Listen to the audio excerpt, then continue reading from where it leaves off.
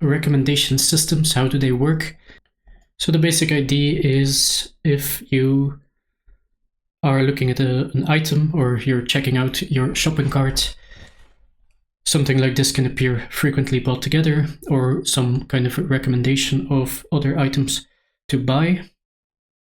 In the last episode, we covered clustering, which hinted at it being possible to build a recommendation system using clustering, but that was basically grouping customers by behavior, interests, and so on, and then specifically targeting clusters of those customers with marketing campaigns, could be products or whatever. You can find the code produced in these videos, the notebooks, exercises at kiscode.com/members or on Patreon, patreon.com/kisstupid. So here again is a quick summary. Users are clustered with similar preferences or behavior.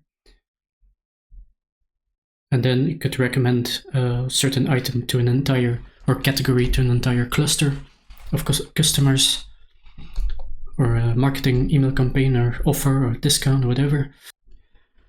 Okay, let's take Amazon's product recommendation systems as an example. This is AI generated, so take it with a grain of salt. It's simply to illustrate a few of the concepts used, which are collaborative filtering, content-based filtering, and a hybrid approach, which combines the two above to generate recommendations. So collaborative filtering is more like what we're going to cover today. Content-based filtering recommends items based on their attributes or metadata. This can be as simple as, a user liked items within a certain category, let's recommend more items within that category. Collaborative filtering is a bit more complex, and will recommend based on behavior of similar users. So think about the movie recommendation engines like Netflix, Amazon's product recommendation, and then some examples are like if user A gives a 4-star rating on this product, let's guess what user B or C will give as a rating. There's of course more to the Amazon product recommendations or Netflix or whatever, but let's keep it simple here. Then we have this concept of matrix factorization, which is a technique used in collaborative filtering. It's a dimensionality reduction technique. If you want to understand this in depth, again, I have linked some videos down below, the maths, and so on. So let's take the Microsoft sample example exercise, which is using this Amazon dataset. Let's see. You can get it on this link. I included it into the project. So, and this is a simplified exercise, of course. It only has a one class factorization machine, which uses a collaborative filtering approach. It's one class because we only know the product IDs and the products that were purchased alongside of that product, so the co-purchase IDs. I will show you in a bit. We don't have other details like product descriptions, ratings, and so on. Matrix factorization relies on collaborative filtering, which operates under the underlying assumption that if a person A, just noticed my mic is all the way here, has the same opinion as person B on an issue, A is more likely to have B's opinion on a different issue. So users with similar behavior or preferences can be used to predict a new user, the opinion of another user, similar user. And this sounds a bit like clustering, also sounds a bit like the KNN, the K nearest neighbors. K nearest neighbors is basically a simpler algorithm that we should have covered in the last video, but I didn't. Let's see. that is a supervised learning model algorithm. Can be used for classification, regression, and so on. But it's, if you remember from previous exercise, if we have these data points in a cluster, for example, then the k nearest neighbor, let's say now we know we have 2 clusters or 3, whatever you want. And let's say you now want to find similar customers, then you simply need to look at, so k nearest neighbors wants a k value. It's like how many nearest data points or neighbors do I want? That's simply going to calculate the distances between a given point. So I want, let's say, the 5 nearest customers of customer A. Then it's going to calculate the distances and get the ones closest to that, return the ones closest to that. So we could very simply implement this on top of this clustering example by simply selecting this cluster, ordering the, passing the X and Y location of customer A, and then ordering, using the distance formula, like the Euclidean distance, if I pronounce it correctly, or other distance formulas can be used to calculate which points are closest, and then simply order them by from closest to furthest based on the coordinates or the location X and Y. If you remember correctly, we've got these distance metrics and then the X and Y values. It's an interesting concept because that is used for, to find similar results, like a similarity search almost, but also for what we were just talking about, for example, having similar data points to be used as a predictor. Fortunately, the problem with the k nearest neighbors is that it's not as scalable, because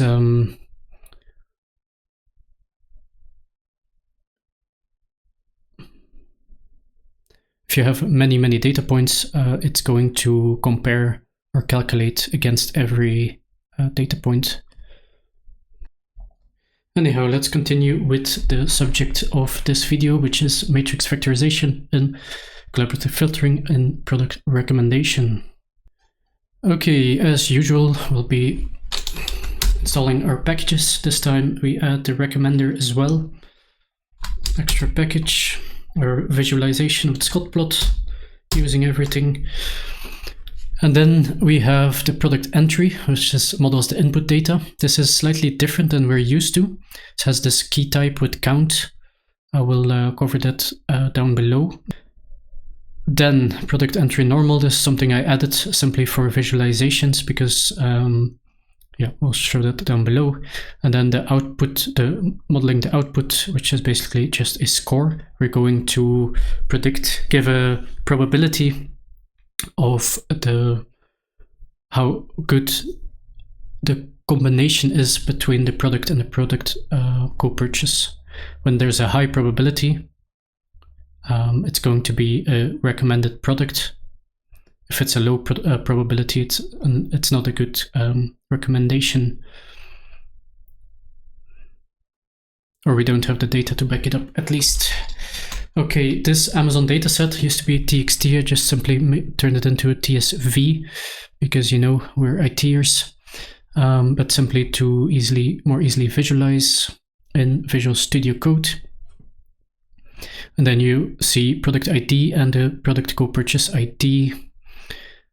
If I ordered this, I ordered it on co-purchase ID now, because I kind of wanted to know which are the most frequently which product IDs are most frequently co-purchased. For each product ID, there's like 1, 2, 3, 4, 5, exactly 5 samples. 1, 2, 3, 4, 5, 1, 2, 3, 4, 5, and so on. It's just 5 of each. Okay, our ML context. Then we're loading this Amazon data set. So it has about show you the row count, 1,234,877 rows, but the unique, the product IDs range between 0 and here it's 1 and 262,111. This is some pre-processing done on the data before we train the matrix factorizer on that.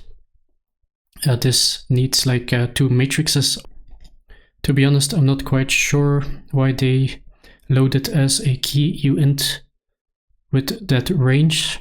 I assume because of what the matrix factorizer expects as data input.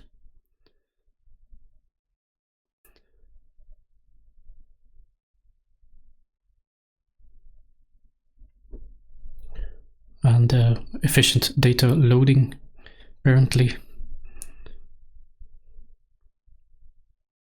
Some more explanation. Let's see, AI generated, of course, as well. So the row count of the total, and then I just checked the maximum product ID, which is indeed around that 262,000. Was 111 before, 110 seems to be the maximum one. Then I wanted to know which are the most frequent co-purchased IDs, and so that's why I'm using this product entry normal to just load it as a TSV. So this is not called, this is co-ID, the ID is this, and it has 422 records with this ID. Just wanted to know that to test my model later on to find the ones with a high likelihood. So now it says in step 3 your data is already encoded with those key ranges, key indexes. Sorry. All you need to do is specify the options for the matrix factorization trainer, the loss function,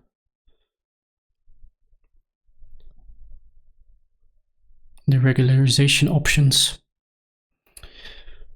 Okay, which loss function to use? Square loss, one class.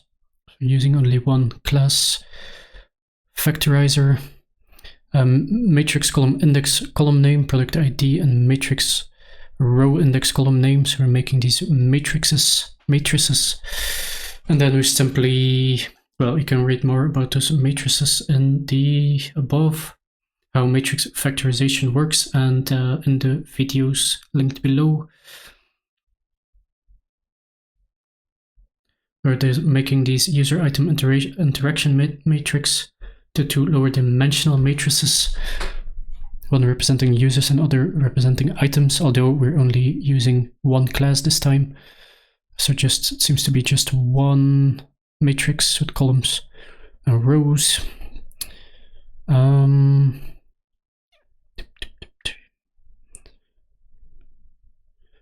Okay, training the model, fit the train data by fitting the train data, and then we can make some predictions using our model.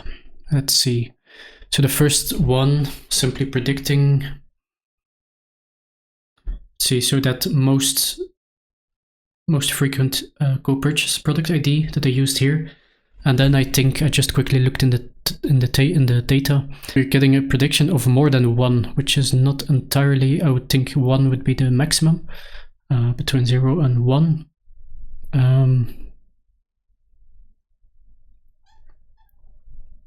So the higher the better. So it's likely to recommend this co-purchase product ID given the this product ID.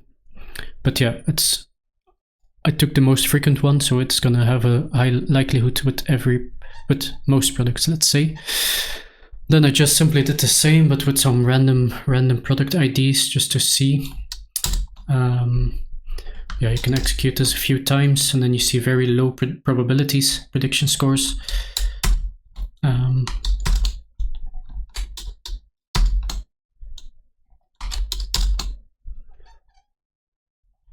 Anyhow, then I tried to mimic a more real scenario. Let's take a subset of the products and list for each product their top X, top 3, top 5 most recommended co-purchases. That's gonna reflect an application way more. So here I'm taking 500 product IDs randomly out of the train data.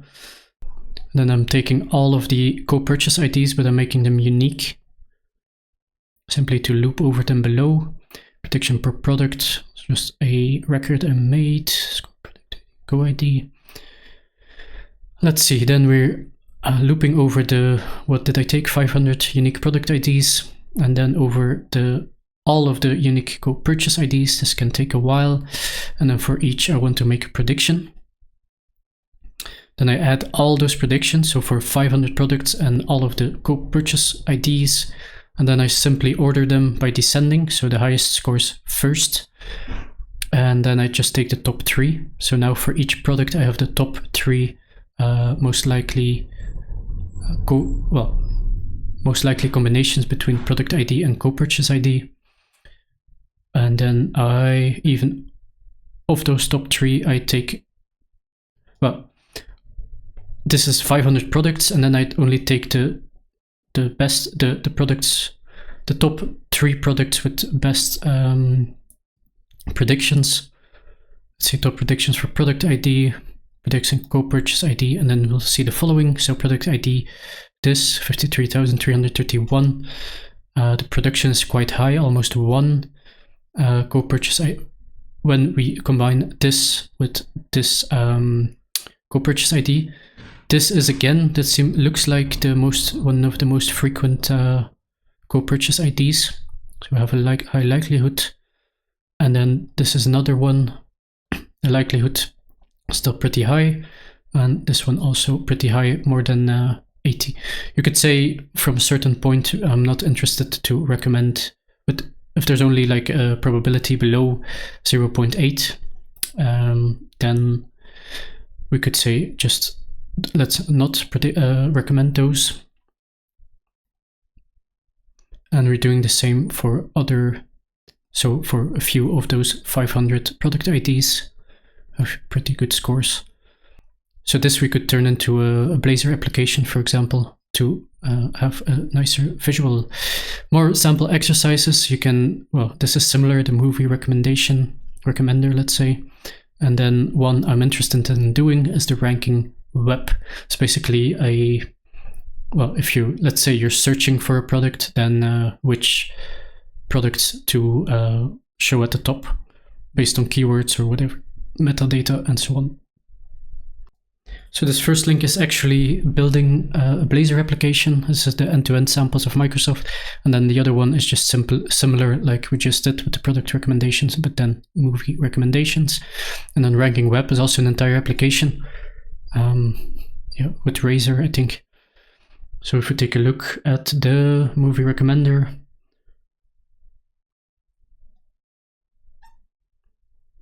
just feel free to do these exercises by yourself on your own.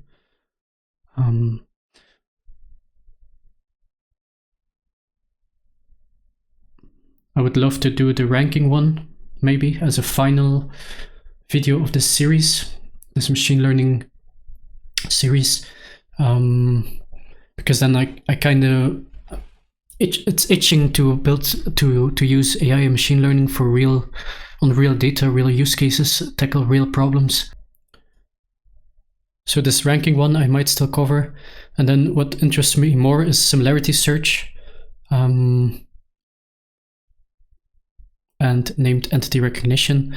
These currently are using some kind of BERT-based model, which is, I might cover this in the deep learning part if I make a series about that, because again we're going to briefly see what a neural network is and the types of neural networks, and I can explain some of the concepts behind it, like from a convolutional neural network, for example. But yeah, I wouldn't be able to go very deep into the mathematics.